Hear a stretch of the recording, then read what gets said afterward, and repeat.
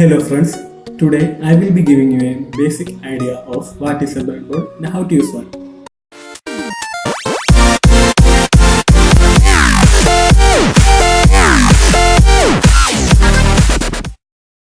This is a breadboard.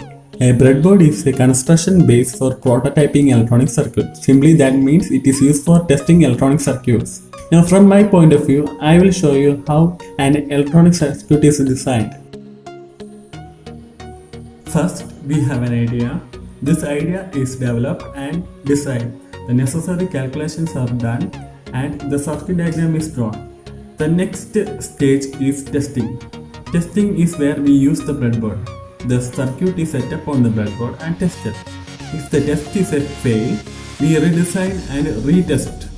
If the test is a pass, then the next stage is designing the PCB. And we reach the final stage of designing an electronic project.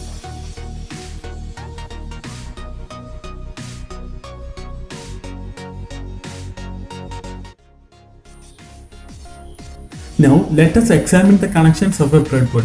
Here are some diagrams showing the connections.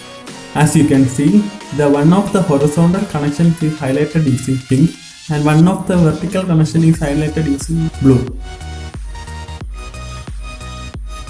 The complete connection is shown. Hope you can understand from the figure. Connections are made using single-stranded wire or jumper wires. The top and bottom are usually used for power and ground, but you can use it according to your convenience. Connections are made by inserting wires into the appropriate holes. Here are some diagrams showing how components are placed in a breadboard and how connections are made.